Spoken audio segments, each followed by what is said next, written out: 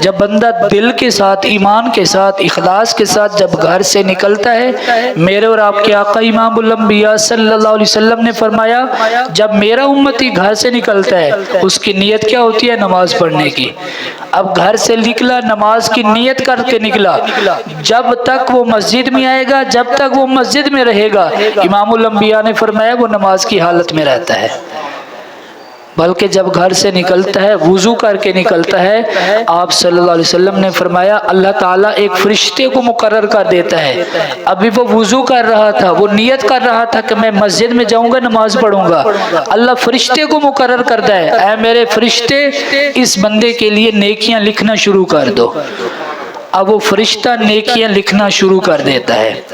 گھر سے بندہ ابھی وضو کر رہا ہے، وضو کی ایک الگ فضیلت ہے، بندہ ویسے بھی وضو کرے تو وضو کی فضیلت ہی بہت زیادہ، لیکن نماز کے لیے وضو کر رہا ہے اس کا تو ثواب بھی زیادہ ہے۔ اب وہ گھر سے نکلنے لگا، وضو کیا، فرشتہ نیکیاں لکھنا شروع کر دیتا ہے۔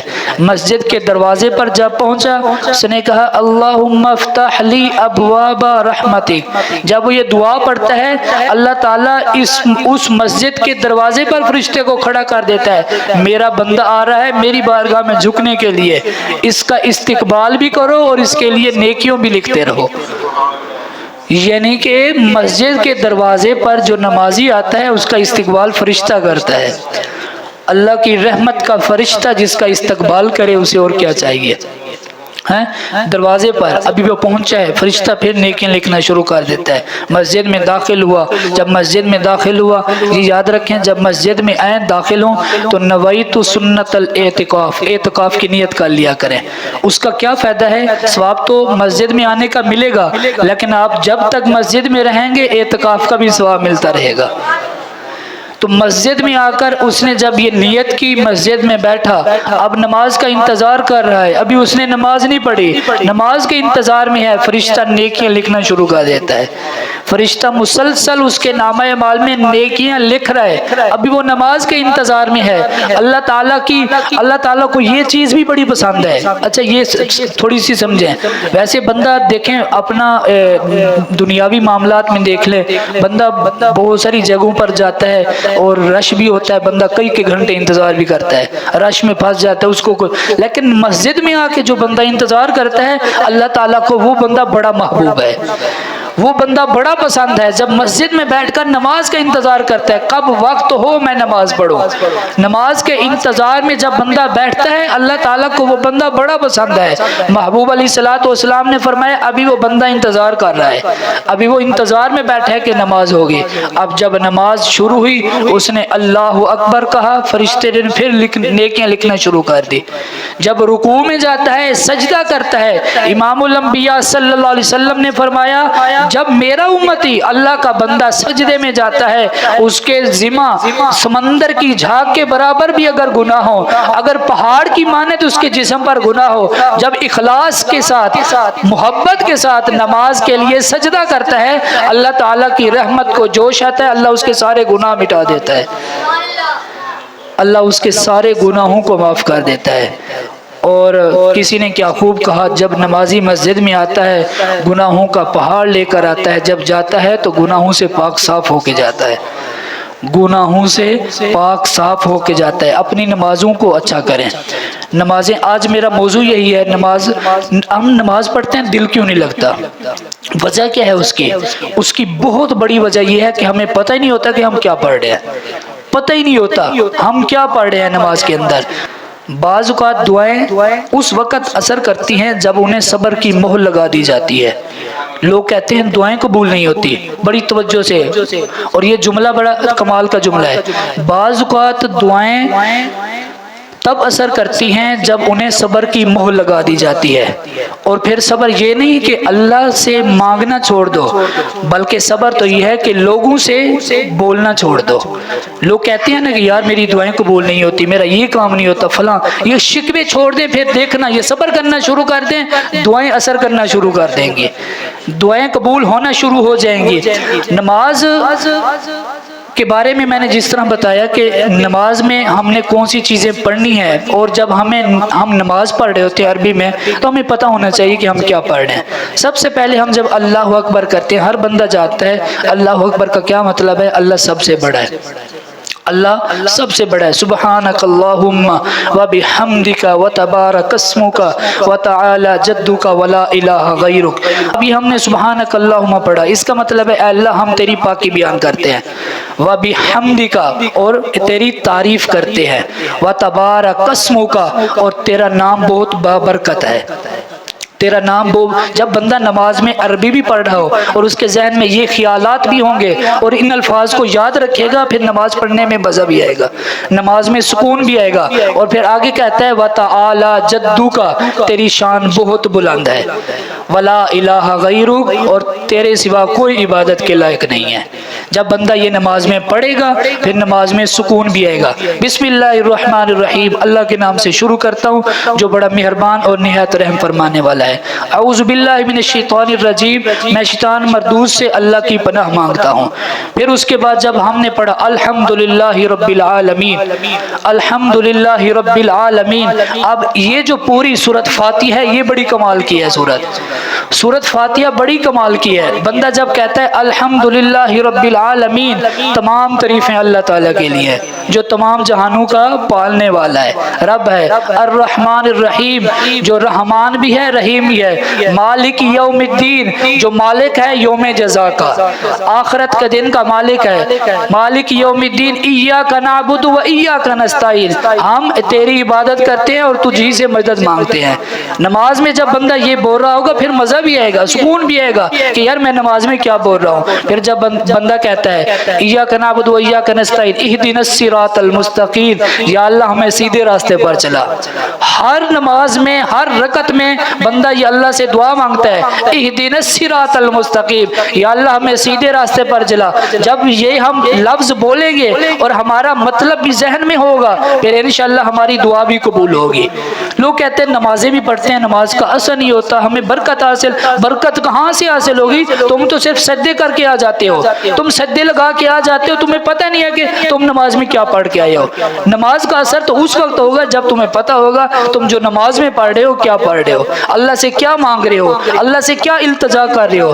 اب اس نے کہا اہدنا الصراط المستقیم، یا اللہ ہمیں سیدھے راستے پر چلا۔ کون سا راستہ؟ صراط الذین انعمت علیہم، یا اللہ وہ راستہ جن پر تو نے انعام کیا ہے، جن پر تو نے، اس پر میں نے اس سے پہلے میں نے یہ بات کی ہے کہ کون سے لوگ ہیں جو سیدھے راستے پر ہیں اور جن پر اللہ نے انعام کیا، یہ بات ہو چکی ہے۔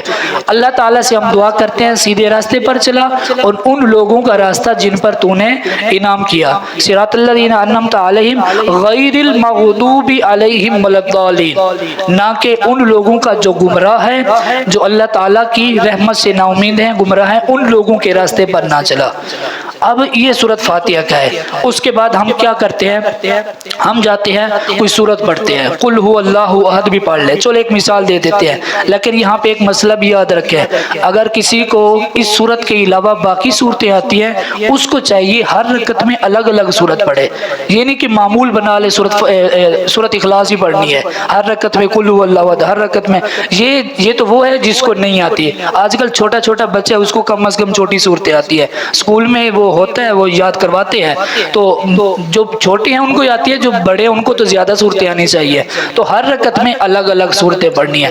قل هو اللہ احد، اللہ تعالیٰ فرماتا ہے اے محبوب فرما دیجئے وہ اللہ ایک ہے، اللہ الصمد، اللہ تعالیٰ سب سے بے نیاز ہے، لم یلد ولم یولد، نہ وہ کسی سے جنا نہ اس نے کسی کو جنا، ولم یکن لہ کفوا احد، اور اللہ فرماتا ہے کہ نہ ہی اس کا کوئی ہمسر ہے، اس کا کوئی ہمسر نہیں ہے۔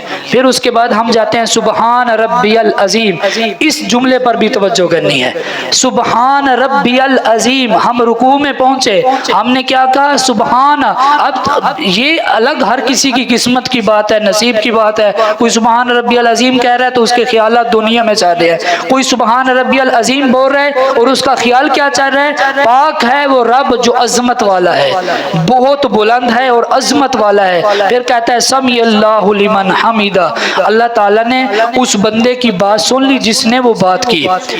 پھر سمی اللہ لمن حمیدہ ربنا ولکل حمد، پھر بندہ کہتا ہے یا اللہ جو میں نے حمد کی وہ تیرے لیے ساری حمد کر دی۔ اسی طرح پھر بندہ جاتا ہے سبحان ربی الاعلی، رب کعبہ کی عزت کی قسم، جب بندہ سجدے میں سر جھکاتا ہے اور زمین پر اپنے سر کو رکھتا ہے، جب یہ کہتا ہے سبحان ربی الاعلی، یا اللہ میں زمین پر جھک گیا تو سب سے بلند ہے، اللہ کی رحمت کو، یہی حدیث کے جو میں نے پچھلے بتائے حدیث کے الفاظ ہیں، محبوب علیہ الصلوۃ والسلام نے فرمایا جب وہ سجدہ میں جاتا ہے اللہ اس کے سارے گناہ مٹا دیتے ہیں۔ اس کی وجہ کیا ہوتی ہے؟ چونکہ وہ کہتا ہے سبحان ربی الاعلی، اللہ بہت بلند ہے۔ پھر اسی طرح ہم التحیات پڑھتے ہیں، دیکھیں التحیات کے اندر جو ہم وہ چیزیں پڑھتے ہیں ان کا بھی ہمیں پتہ ہونا چاہیے کہ ہم کون سی چیز پڑھ رہے ہیں۔ ہم التحیات پڑھ رہے ہیں، اس کا مطلب کیا ہے؟ اب ہم نے پڑھا التحیات، التحیات ہوتا ہے، یہ ایک غلطی بھی اس سے پہلے میں کئی بار بتا چکا ہوں، لوگ پڑھتے ہیں جلدی التحیات للہ، التحیات نہیں ہوتا، التحیات ہا کو یا کے ساتھ ملانا ہے اور سختی کے ساتھ پڑھنا ہے، التحیات، التحیات پڑھا یہ لفظ غلط ہو جائے گا، اس کا مطلب بھی غلط ہو جاتا ہے۔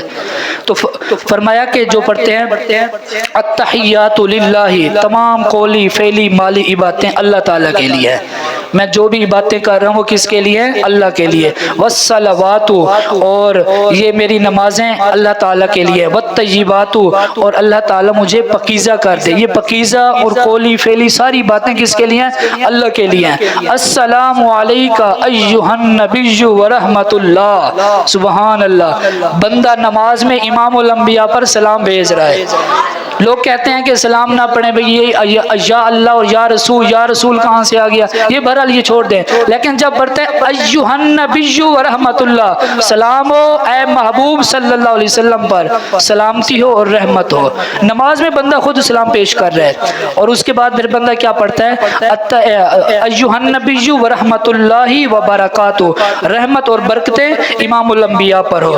پھر آگے پڑھتا ہے السلام علینا وعلی عباد اللہ الصالحین، اور سلام ہو ہم پر، بندہ خود پر بھی سلام پیش کر رہا ہے، وعلی عباد اللہ الصالحین، اور اللہ کے وہ بندے جو نیک ہیں ان سب پر سلام ہو۔ اب نماز میں بندہ یہ پڑھ رہا ہے، اور پھر اس کے بعد بندہ کہتا ہے اشہد ان لا الہ الا اللہ واشہد ان محمدا عبدہ ورسولہ، اور پھر بندہ کہتا ہے کہ میں گواہی دیتا ہوں اللہ کے سوا کوئی معبود نہیں، میں گواہی دیتا ہوں حضرت محمد رسول اللہ صلی اللہ علیہ وسلم اللہ کے بندے اور رسول ہیں۔ پھر اسی طرح بندہ درود شریف پڑھتا ہے۔ اب درود شریف میں کیا ہے؟ اللہم صلی علی محمد وعلی آل محمد کما صلیت، اس کا مطلب یہی ہے کہ جو بندہ درود پڑھ رہا ہوتا ہے اے محبوب صلی اللہ علیہ وسلم پر، آپ پر سلام ہو اور آپ کی آل پر سلام ہو۔ پھر حضرت ابراہیم علیہ السلام پر سلام پیش کرتا ہے، پھر حضرت ابراہیم علیہ السلام کی آل پر سلام پیش کرتا ہے۔ اب یہاں پہ سلام ہو گیا، دوسرے درود میں کیا ہے؟ اللہم بارک، برکتیں آپ پر بھی برکتیں ہوں، آپ کی آل پر بھی ہوں، حضرت ابراہیم علیہ السلام اور حضرت ابراہیم علیہ السلام کی آل پر۔ رب اجعلنی مقیم الصلاۃ، سب سے بڑی دعا جو ہم نماز میں کرتے ہیں، سب سے بڑی دعا ہم کیا پڑھتے ہیں؟ رب اجعلنی، یہ لفظ بھی اسے یاد کر لیں، لوگ پڑھتے ہیں رب اجعلنی، یہ رب اجعلنی نہیں ہے، رب اجعلنی با کو جیم کے ساتھ ملانا ہے، رب اجعلنی مقیم الصلاۃ، بندہ دعا کرتا ہے اے میرے رب مجھے اور میری اولاد کو نماز پڑھنے کی توفیق عطا فرما، رب اجعلنی مقیم الصلاۃ ومن ذریتی، مجھے اور میری اولاد کو، ذریتی کے مطلب ہوتا ہے میری اولاد کو۔ اب نماز میں یہ بندہ دعا کر رہا ہے یا اللہ مجھے اور میری اولاد کو نماز پڑھنے والا بنا، نماز قائم رکھنے والا بنا۔ پھر اس کے بعد جو دعا مانگتا ہے کمال کی دعا ہے، مقیم الصلاۃ ومن ذریتی ربنا وتقبل دعا، یا اللہ ہماری دعاؤں کو قبول فرما، ہماری دعاؤں کو قبول فرما۔ اور پھر بندہ سب تمام آل جہان دنیا کے لیے پھر دعا کرتا ہے ربنا اغفر لی ولی والدی وللمؤمنین یوم یقوم الحساب، یا اللہ میری، میرے والدین کی، تمام لوگوں کی جو مسلمان ہیں اور جو مومنین ہیں سب کی یا اللہ بخشش فرما۔ اب یہ نماز ہے جو ہم نماز پڑھتے ہیں. یہاں یہ میں نے تھوڑا جلدی میں اس لیے بتایا چونکہ اتنا وقت نہیں ہے. نماز کا ترجمہ یاد کریں. جب آپ نماز پڑھتے ہیں یقین جانے کھڑے ہوتے ہیں آپ نے الحمدللہ بھی پڑھ لی, سبحانک اللہم پڑھ لیا, سب کچھ پڑھ لیا, لیکن ہمیں اگر اس کے مطلب کا نہیں پتا تو ہم نے کچھ بھی نہیں کیا. ہم نے کچھ بھی نہیں کیا. اس کے مطلب کا پتہ ہونا چاہیے ہم کیا پڑھ رہے ہیں, نماز میں کون سی دعا مانگ رہے ہیں. ہمیں اس دعا کا اور اس جو ہم دعا مانگ رہے ہیں اس کا کوئی مطلب اور اس کا کوئی پتہ بھی ہے کہ ہم کیا پڑھ رہے ہیں, اللہ تعالیٰ سے کون سی دعا مانگ رہے ہیں.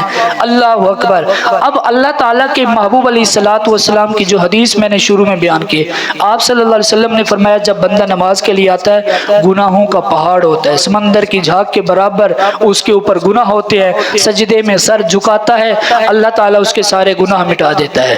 یہاں تک بات کی تھی, لیکن بندہ جب تک مسجد میں رہتا ہے اس کا دل مسجد میں لگا رہتا ہے.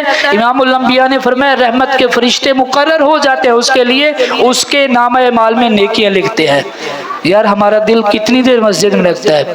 ہم تو نماز پڑھنے کے بعد دعا بھی صحیح نہیں مانگتے. یقین جانے واللہ مسجد میں بیٹھا ہوں, یار آپ میرے لیے دعا نہیں مانگتے. میں مسجد میں مصلی پر بیٹھ کر آپ لوگوں کے لیے دعائیں مانگ رہتا ہوں, لیکن مجھے دکھ ہوتا ہے جب دعا مانگی جا رہی ہوتی ہے اول تو لوگ دعائیں نہیں مانگتے, اگر مانگتے ہیں تو میں نے دیکھا ہے, میں نے اپنی آنکھوں سے دیکھا ہاتھ نیچے رکھے ہوتے ہیں اور ایسے ہاتھ رکھ کے دعا, یار اللہ سے مانگتے ہوئے کیوں شرم آ رہی ہے.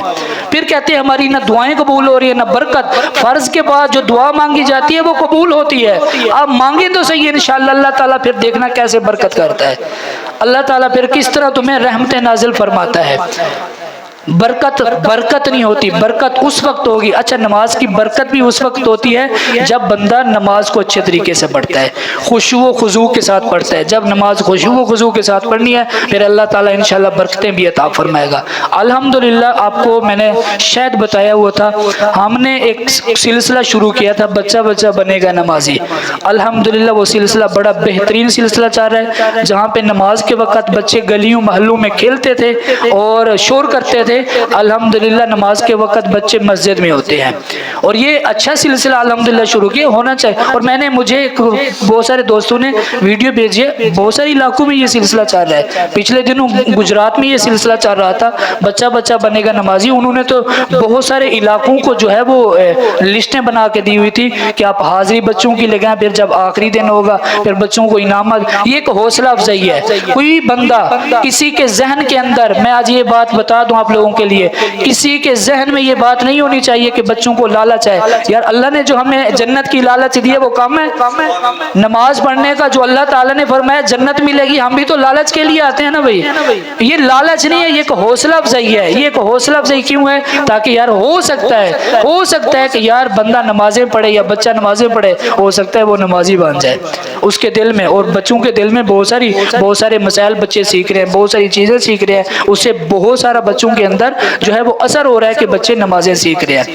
تو اللہ تعالیٰ کی بارگاہ میں دعا کرتے ہیں اللہ تعالیٰ ہم سب کو 5 وقت کا باجماعت نمازی بنائے. اللہ پاک محبوب علیہ الصلوۃ والسلام سے سچی پکی محبت کرنے والا بنائے. آمین. وقت